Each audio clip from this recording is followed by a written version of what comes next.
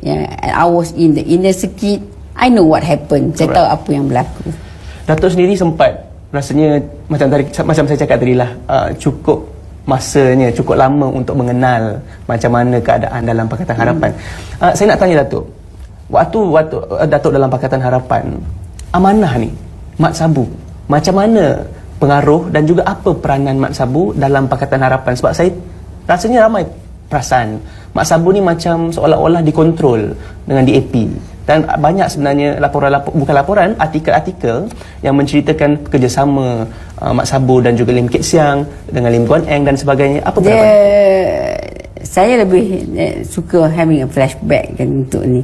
Kalau kita tengok kan, awal penubuhan amanah ini sendiri kan, kalaulah dan penubuhan amanah ini merupakan agenda DAP kan, dan ketika itu DAP nak pecahkan Melayu dalam PAS, maka disarankan kepada Mat Sabu untuk menubuhkan amanah. Dan as you know, Mat Sabu tidak akan mampu untuk menubuhkan sebuah parti kalau dia tidak ada satu sokongan yang kuat, especially financially, kewangan yang boleh dibantu oleh DAP. So penubuhan amanah itu sendiri adalah satu grand design ataupun dia punya blueprint DAP untuk menguasai politik tanah air, politik negara, dengan memastikan Melayu ini berpecah dan dipecahkan Melayu di dalam amanah itu sendiri. Dan begitu juga apa yang terjadi kepada UiM. Saya terus terang bercakap, saya di dalam perbincangan bersama Tun, Lim Kit Siang dan beberapa pimpinan lain, dan Lim Kit Siang sendiri sebenarnya mencadangkan kepada Tun supaya menubuhkan sebuah Malay-based parti Melayu macam UMNO untuk ambil 10% daripada undi-undi UMNO untuk bagi memastikan pembangkang ketika itu ataupun Pakatan Harapan itu dapat menubuhkan sebuah kerajaan. Yang mencadangkan itu Lim Kit Siang. Yang mencadang itu adalah Lim Kit Siang kepada Tun di depan saya sendiri. Dan itulah idea penubuhan PBM itu. Dan idea penubuhan PBM pada saya adalah merupakan idea Lim Kit Siang.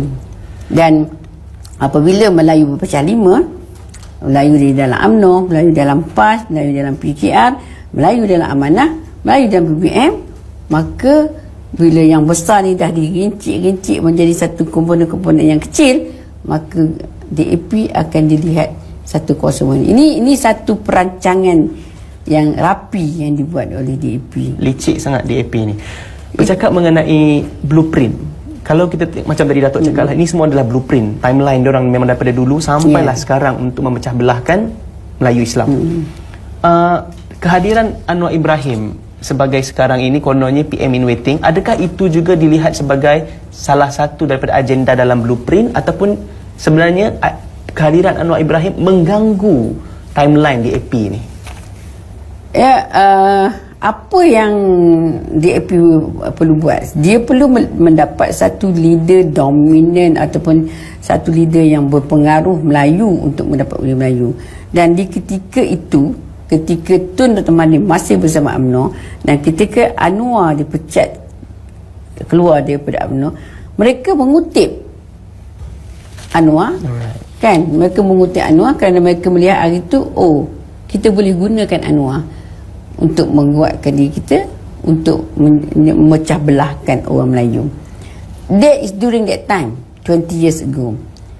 As time pass by, tiba perang dingin antara Tun dengan Najib ataupun Tun Sri Najib, dan ketika peperangan itu kemuncak sampai memuncak, ketika itulah juga DAP melihat, oh, kali ini kita perlu gunakan Mahathir untuk memecah belahkan orang Melayu. To DAP, as I said, they don't care about Anwar, they don't care about Mahathir. Dia perlu care, they want to be in power, dan mereka akan gunakan siapa saja yang mereka rasa yang lebih berpengaruh untuk mereka mencapai agenda. At one time mereka melihat Anwar, mereka gunakan Anwar.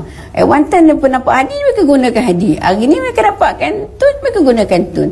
This is proven dalam ucapan Ngah Komeng. Betul. Kan? Di mana dalam penraya dia kata kita terpaksa menggunakan kuda-kuda tunggangan ini, dan diharapkan tunggangan dia 93 tahun, harapnya lepas dia penraya dia akan pergi jumpa main mahjong dengan Lee Kuan Yew.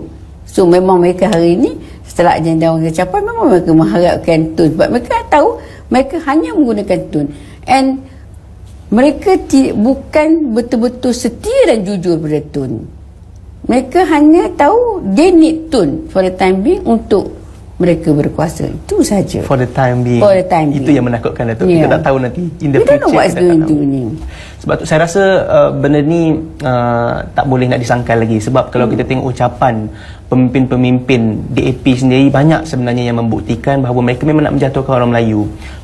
Satu figura yang terkenal, Superman Hugh, kalau kita tengok, kalau kita flashback balik, pernah keluarkan satu statement, guna Melayu untuk skru Melayu. Dia sebenarnya sejarah berulang. Betul. Kalau kita tengok pada sejarah kejatuhan Kerajaan Melaka, bagaimana si Kitul mengkhianati bangsa dia, kan? Dan kita lihat zaman Bintang 3, zaman komunis, mana orang Melayu menjadi tali barut kepada komunis dan tali barut kepada Cina Bintang 3. Dan hari ini berlaku. Berkarya yang Cuma sama. malangnya hari ini, kalau dulu tali barut ini adalah kalangan-kalangan orang-orang yang sampah masyarakat, tapi malang untuk kita hari ini, tali barut yang DAP ini adalah orang-orang yang berpengaruh dalam negara. Itu yang sayang. Itu yang menyedihkan sebenarnya. Kalau saya rasa bersyukurlah. Mungkin apa yang jadi hari ini adalah satu hikmah juga. Ada hikmah di sebalik apa yang terjadi. Maka UMNO, pemimpin UMNO dan PAS memikir untuk menggabung. I think that is the right move. Itu adalah tindakan yang paling bijak. Sebab hari ini kalau kita tengok blueprint tadi ataupun grand design DAP adalah memecah belahkan ataupun merincik-rincik orang Melayu menjadi kumpulan kecil. Dan kalau kita nak berlawan dengan agenda ini, it should be the reverse, it menyatukan balik orang Melayu. So bila dua buah parti besar, iaitu UMNO dan PAS, parti besar orang Melayu dapat bergabung, ini akan dapat mengumpulkan kekuatan, dan ini sebenarnya menjadi ketakutan, dan ini sebenarnya menjadi ancaman kepada DAP. Sebab itulah dia mengeluarkan macam-macam perkataan Taliban lah, ini satu peperangan. Sebenarnya mereka takut. Dah tak ada idea lain. Mereka takut kerana mereka sudah lihat, Melayu sudah nampak permainan mereka. Melayu sudah nampak agenda mereka, dan mereka paling takut kalau Melayu bergabung. Dan mereka akan membuat apa juga helah untuk memastikan Melayu tidak bersatu, Melayu tidak bergabung. Dan pada mereka, kalau UMNO dan PAS bergabung, ini menjadi ancaman mereka, terutama dalam PRU15. Betul, ancaman besar. Sebab kalau kita tengok sebelum ini, kita tengok balik sejarah, UMNO dan juga PAS ni dulu berlawan. Tapi sekarang ini kerjasama yang kuat.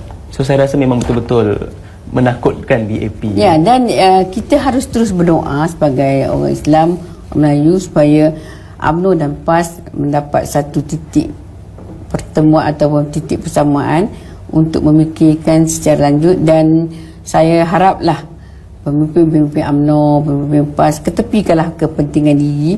Soal pembahagian kursi, siapa berkuasa, itu soal kedua. Yang penting mereka harus betulkan niat mereka, yang mereka bergabung ini demi agama, bangsa dan juga menyelamatkan negara.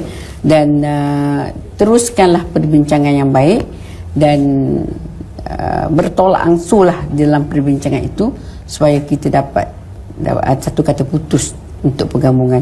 Pada saya, usaha penggabungan ini satu usaha yang baik dan harus dipercepatkan.